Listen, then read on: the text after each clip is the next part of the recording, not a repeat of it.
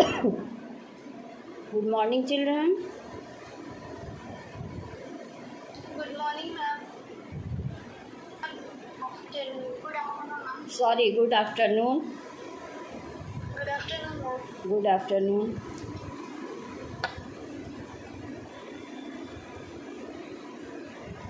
Yesterday I had taught you what is refraction. Had you revised? And some examples related to refraction.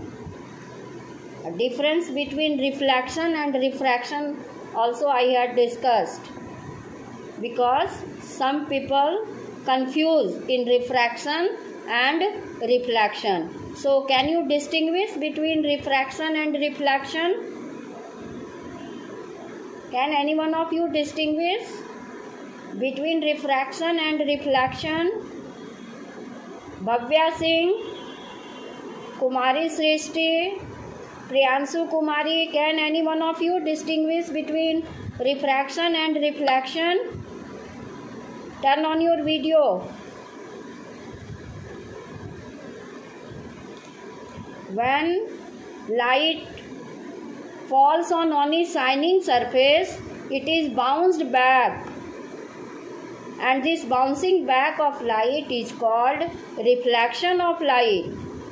Examples I had shown you: when a ray of light is incident on a plane mirror, then after reflection it is bounced back.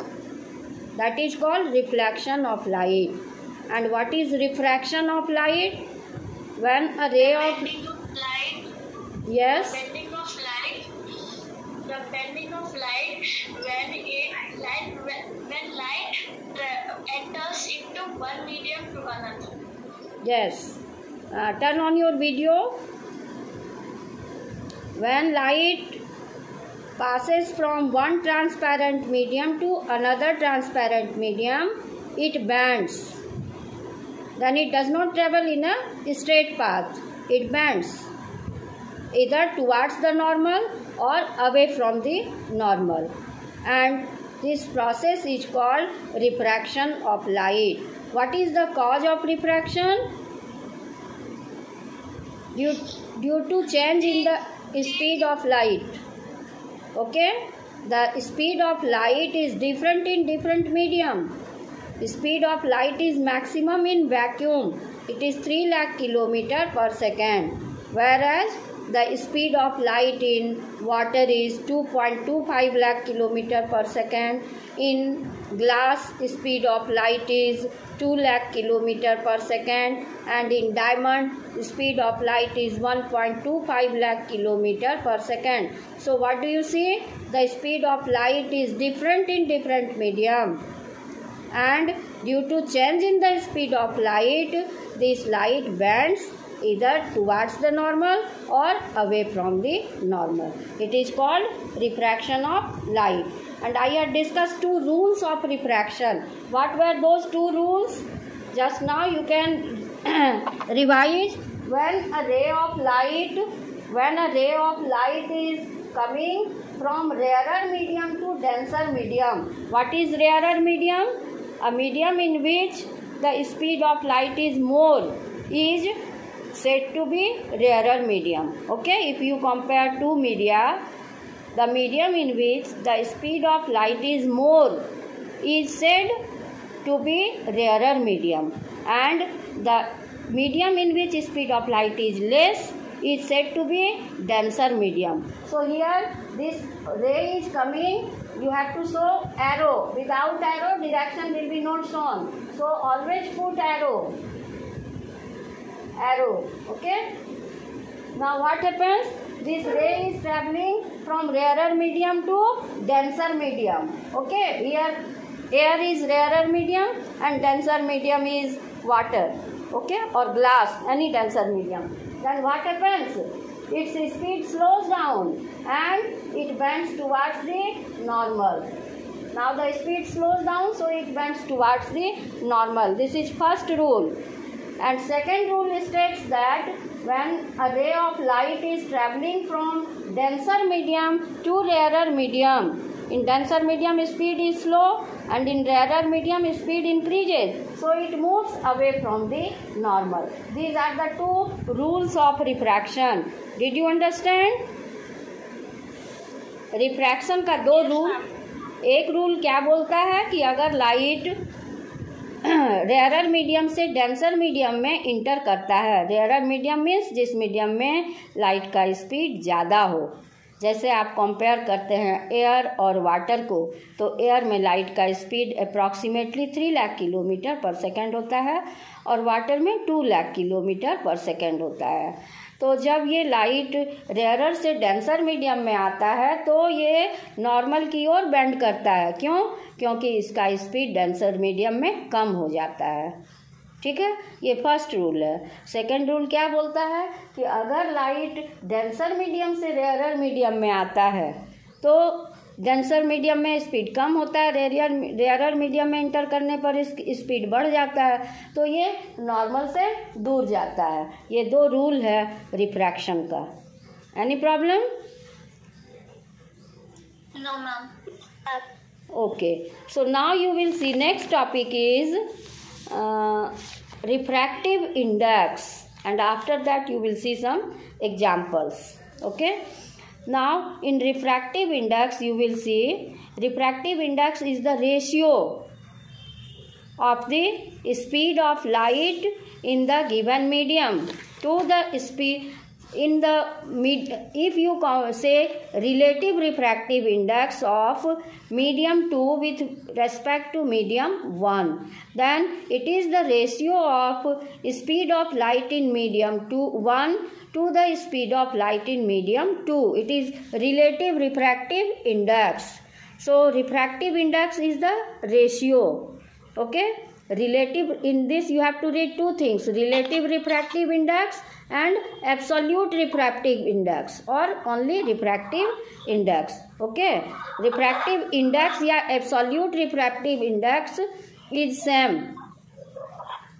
and relative refractive index of medium 2 with respect to medium 1 is equal to speed of light in medium 1 by speed of light in medium 2 is equal to V1 by V2.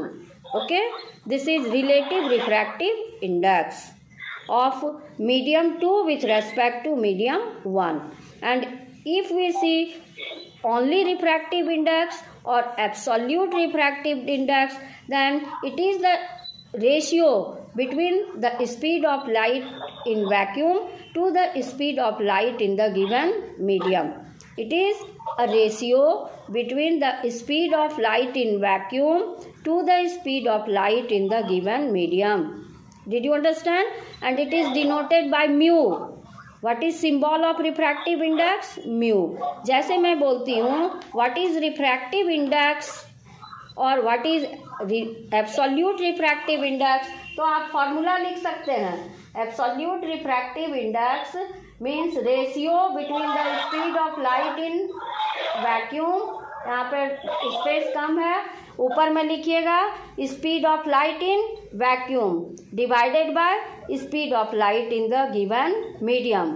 Given medium मतलब अगर मैं पूछती हूँ what is refractive index of glass, ठीक है, what is refractive index of glass, तो आप कैसे निकालेंगे?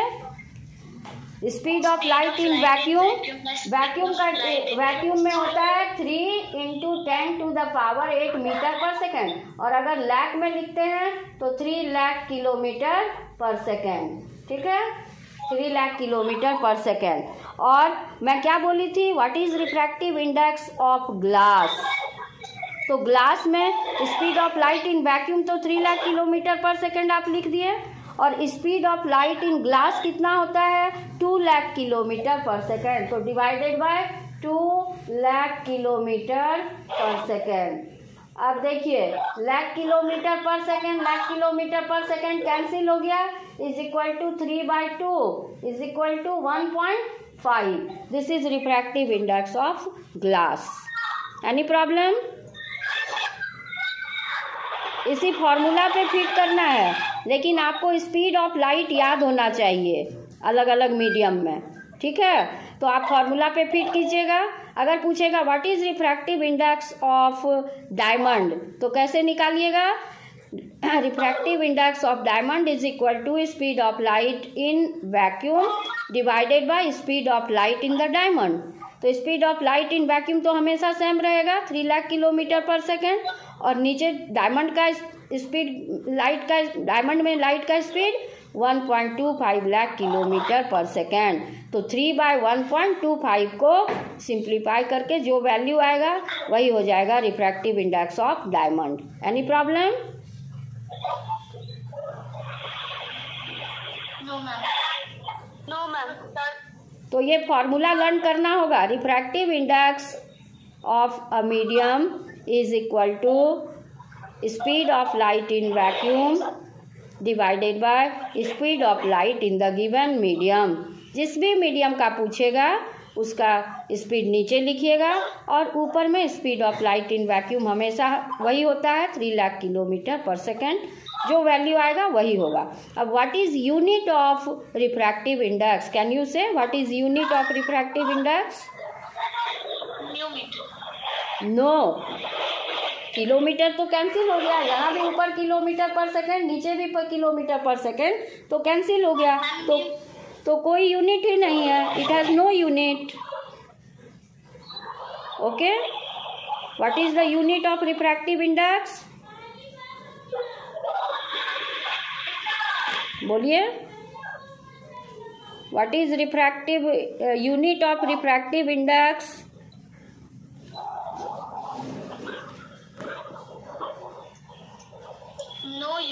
No unit. ठीक है ना? कैसे हुआ ये आप समझ गए?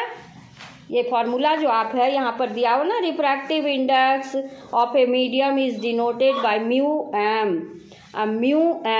Mu is the symbol of refractive index and m stands for medium. तो refractive index of a medium is equal to speed of light in vacuum to the speed of light in the given medium. जिस medium का भी पूछेगा उसका speed आप नीचे लिखिएगा और ऊपर में speed of light in vacuum हमेशा 3 लाख किलोमीटर पर सेकेंड होता है। तो इसको सिंप्लीफाई कीजिएगा, जो वैल्यू आएगा वही वैल्यू होगा refractive index of A given medium. Okay, ठीक है, कोई प्रॉब्लम?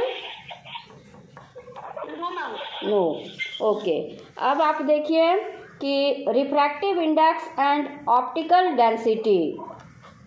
तो refractive index is a measure of optical density. If optical density is more, refractive index is more. ठीक है ना? It is directly proportional to optical density. So you can say that refractive index of a medium is an indicator as well as a measure of its optical density. कितना optical density है किसी चीज़ का, यही बताता है refractive index. और अगर optical density ज़्यादा है तो रिफ्रैक्टिव इंडेक्स भी ज़्यादा होता है। Any problem? The more is the refractive index, the more is the optical density. तो ऑप्टिकल डेंसिटी समझ रहे हैं? जिस मीडियम में लाइट का स्पीड ज़्यादा होता है वो ऑप्टिकली डेंसर मीडियम होता है, और जिसमें लाइट का स्पीड कम होता है वो ऑप्टिकली रेयरर मीडियम होता है। तो लाइट के स्पीड पर डिपेंड कर रहा है ऑप्टिकल डेंसिटी। पूछता है what is relation between speed of light and optical density. Second question, what is relation between refractive index and optical density? So refractive index is a measure of optical density. It is an indicator of optical density. Okay, if optical density is more, refractive index is more. Followed? Yes ma'am. Okay. Now अब देखिएगा rules of refraction. Did you understand? ये 2 rule मैं बताई हूँ, first rule और ये second rule. Any problem rule समझने में? No ma'am. ये बाउंड्री जो है इसको इंटरफेस बोलते हैं। ठीक है, और अगर लाइट ऑब्लिकली आए, परपेंडिकुलर आएगा, नॉर्मल से आएगा तो क्या होगा? बेंडिंग होगा? नहीं होगा, बेंडिंग नहीं होगा। ठीक है, तो और अगर रेयरर मीडियम से डेंसर मीडियम में आएगा तो क्या होगा, it will move towards the normal. Why? हाँ, why it will move towards the normal? Because in the optically rarer medium, speed of light is more, and when it enters denser medium, its speed decreases, its speed slows down, so it moves towards the normal. और second rule क्या बोलता है, if a light is coming from denser medium to rarer medium, now in the rarer medium speed increases, so it moves away from the normal. normal से दूर जाता है. ठीक है,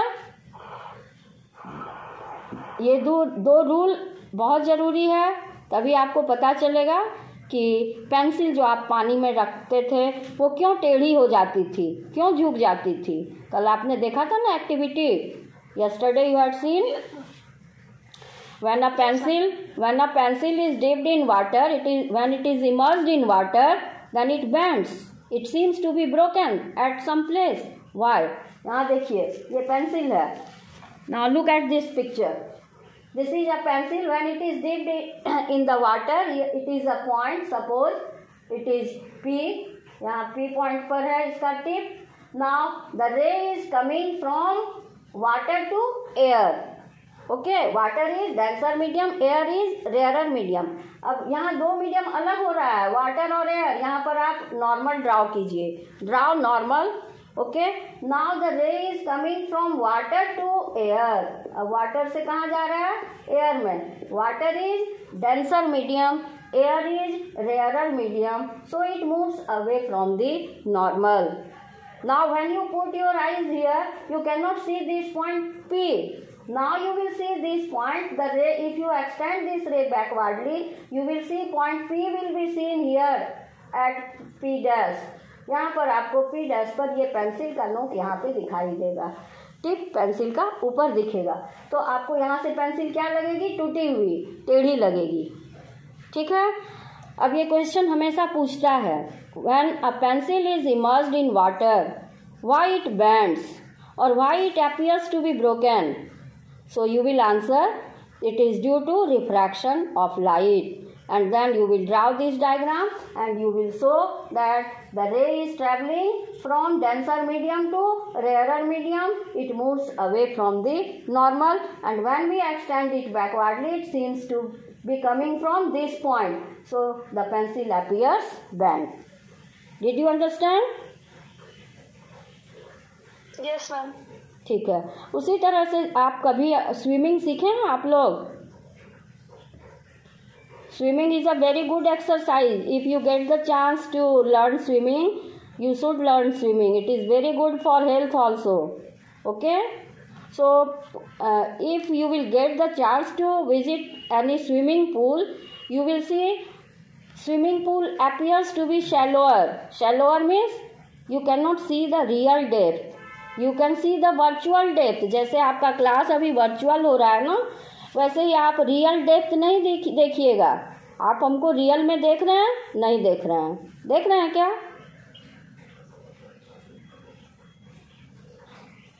नहीं ना. उसी तरह से जब आप स्विमिंग पूल को देखिएगा तो आपको स्विमिंग पूल का रियल डेप्थ नहीं दिखाई देगा, वो वर्चुअल डेप्थ दिखाई देगा, अपरेंट डेप्थ दिखाई देगा. क्यों? अब देखिए, स्विमिंग पूल में भी यही बात होती है, refraction of light. The light is travelling. अब देखिए, this is the real depth of swimming pool. दिख रहा है बच्चों? Yes ma'am. ये रियल डेप्थ है स्विमिंग पूल का, पूरा डेप्थ. अब एक पॉइंट आप कंसीडर कीजिए eight the bottom of the swimming pool. Swimming pool के बॉटम पर एक पॉइंट डाले हैं. ठीक है, यहाँ से रे चल दिया है. This ray is travelling from where, from denser medium to rarer medium. यहाँ नॉर्मल ड्रॉ कीजिए जहाँ दो मीडियम अलग हो रहा है. अब ये रे डेंसर मीडियम, वाटर डेंसर है, एयर रेयरर है. डेंसर मीडियम से रेयरर मीडियम में जा रहा है. It will move away from the normal. Normal से दूर चला गया. और अगर आप ये यहाँ पर आंख रखते हैं तो ये आपको पी पॉइंट नहीं दिखता है, यही पी पॉइंट आपको ऊपर दिख रहा है पी डैश पर. ठीक है, this is the virtual P point, and now you can see only this much depth. यहाँ से आप यहाँ तक ही डेप्थ देख सकते हैं, ये वर्चुअल डेप्थ है.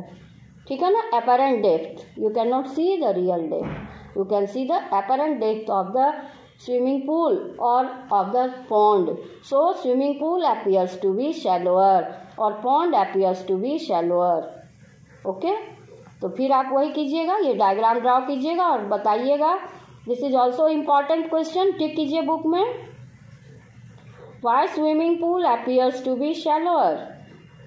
Swimming pool appears to be shallower because of refraction of light.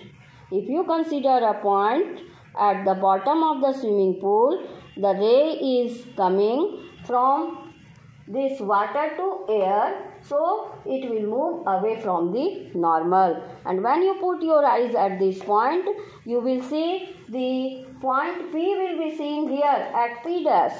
So now you can see the apparent depth of the swimming pool. You cannot see the real depth of the swimming pool due to refraction of light. Okay. One more example is given in your book. The coin not visible before becoming visible after some water is poured into the cup. एक cup में आप coin रखे हैं, वो दिख नहीं रहा है, लेकिन जब आप उसमें पानी डाल देते हैं तो वो दिखने लगता है. Why? Again due to refraction of light. Some diagram is drawn. Consider a point at the bottom of the cup and now put a coin, pour water in the cup, then you will see the ray is traveling from water to air, so it will move away from the normal and you can see that the coin appears to be raised up. So all these are the activities which are taking place due to refraction of light. Did you understand? बहुत सारे example आपने देखा ना बच्चों, ये refraction of light कैसे हो रहा है ना? Yes ma'am. Yes ma'am. इसी तरह से आप refraction of light by a glass slab, ठीक है,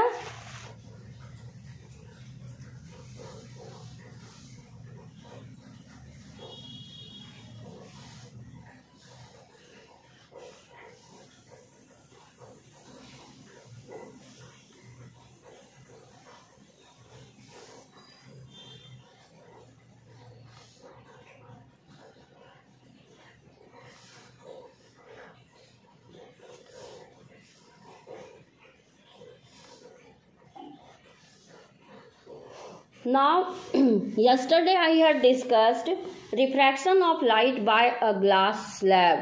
I had drawn the diagram on whiteboard. Do you remember, children? Yesterday I had drawn diagram of refraction through a glass slab. Today also I will show you. But firstly you should know that when a rectangular glass slab is kept in the path of light, the path of light changes. You can observe it in your house also. Thick curtain should be in the window. Stretch the curtain, and during the morning time usually you close the doors and windows and make a hole, very small hole, pin hole in the curtain and allow the light to come through it in the room. Now you will see, how can you see? The light is coming in a straight path. You will see dust particles are in a row. Have you ever noticed? Yes ma'am. Many dust particles move in a row, that is light is coming in a straight way. Rectilinear propagation is there. Now if you put one rectangular glass slab in the path of the dust, you will see the direction of light changes. It indicates that refraction of light takes place through rectangular glass slab. अगर आपके room में मोटा curtain है, आप उसको फैला दीजिए, door और विंडो को बंद कर दीजिए और उसके बाद एक बहुत स्मॉल सा पिन होल ओपनिंग रखिए, जिससे कि एकदम लाइट जो है वो उससे इंटर करे, उस पिन होल से, बहुत छोटा सा होल से लाइट इंटर होने दीजिए। तो आपको कैसे पता चलेगा कि लाइट आ रहा है? तो आप देखिएगा कि डस्ट का रो है, डस्ट एक रो में चल रहा है, वही है light. Light is travelling in a straight path, rectilinear propagation of light. अब उसी पाथ में आप एक ग्लास स्लैब रख दीजिए, rectangular glass slab. Rectangular you must be understanding, rectangle means opposite sides are equal. तो थिक ग्लास लीजिएगा तभी आपको दिखेगा अच्छे से, और अगर पतला रहेगा तो अच्छे से नहीं दिखेगा। तो वो जो एक रो में डस्ट पार्टिकल चलता रहेगा, उसी के रास्ते में आप एक रेक्टेंगुलर ग्लास स्लैब रखिएगा, तो देखिएगा डस्ट पार्टिकल का पाथ चेंज हो जाएगा। It means refraction is taking place through the rectangular glass slab. Okay, ठीक है बच्चों। अभी तो आप ये देख लिए स्विमिंग पूल और ये पेंसिल वाला डायग्राम। अब मैं इसको रब करके आपको दिखाती हूँ रेक्टेंगुलर ग्लास स्लैब से कैसे होता है refraction.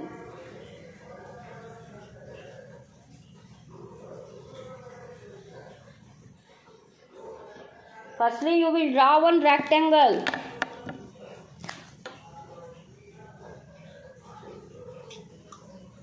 Draw one rectangle A, B, C, D. Okay.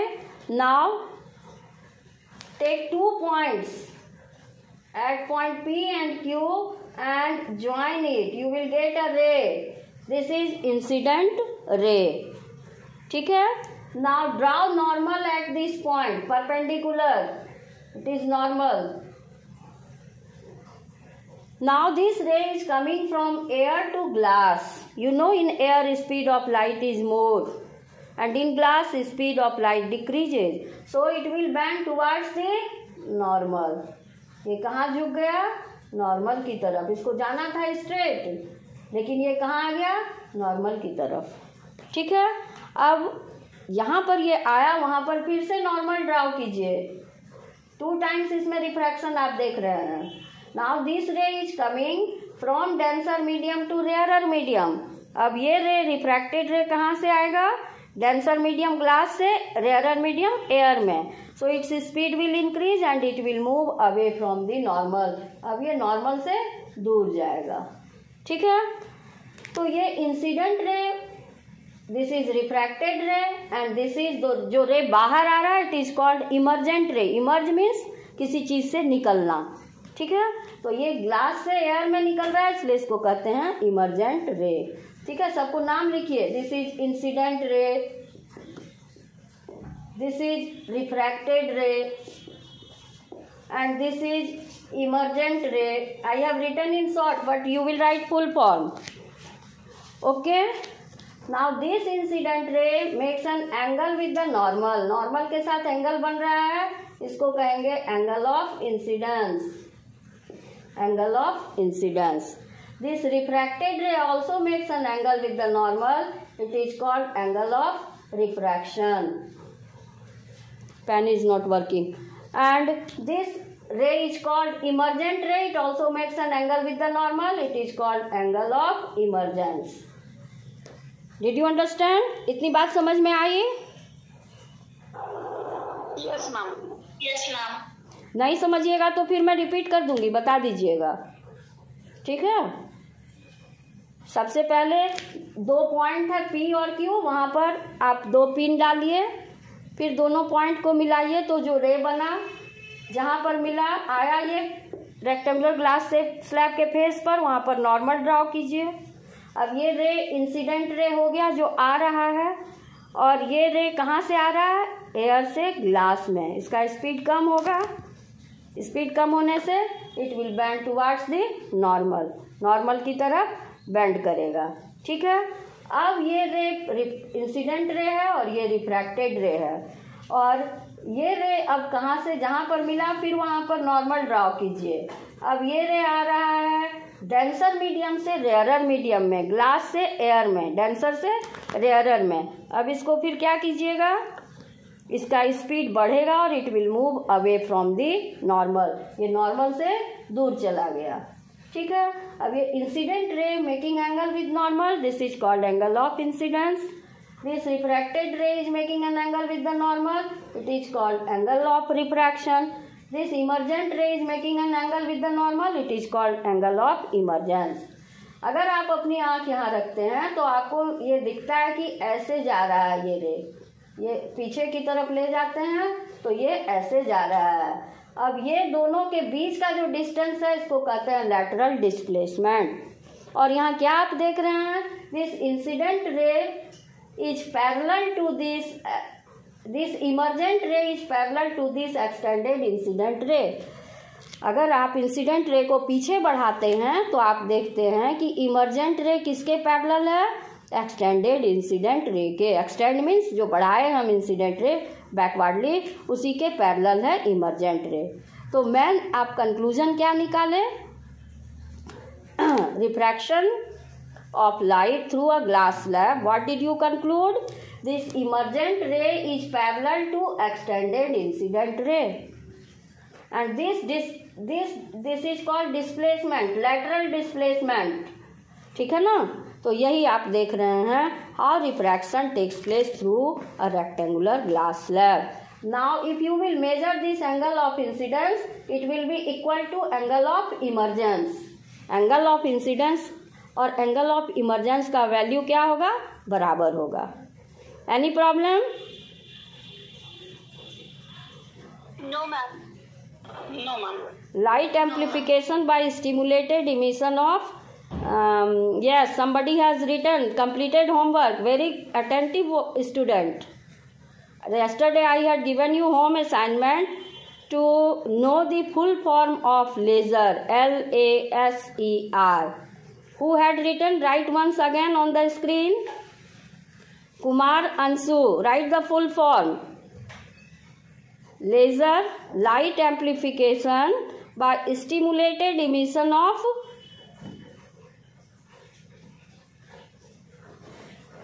radiation। very good, very good, very sincere student। So this is all about the refraction of light through a rectangular glass block। Any problem? No ma'am। तो what is the value of angle of incidence? Is it equal to angle of emergence?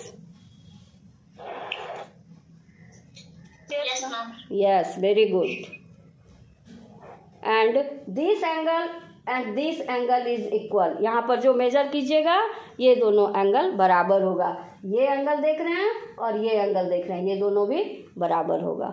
तो कुछ नहीं है इसमें, बहुत आसान है और बहुत इंटरेस्टिंग है।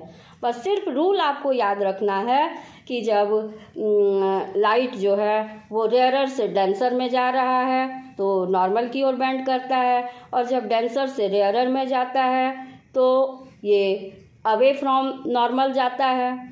और इस रेक्टेंगुलर ग्लास स्लैब में एक बात और आपने देखा बच्चों कि 2 बार रिफ्रैक्शन हो रहा है, एक बार एयर से ग्लास में और दूसरी बार फिर से ग्लास से एयर में। 2 times refraction is taking place.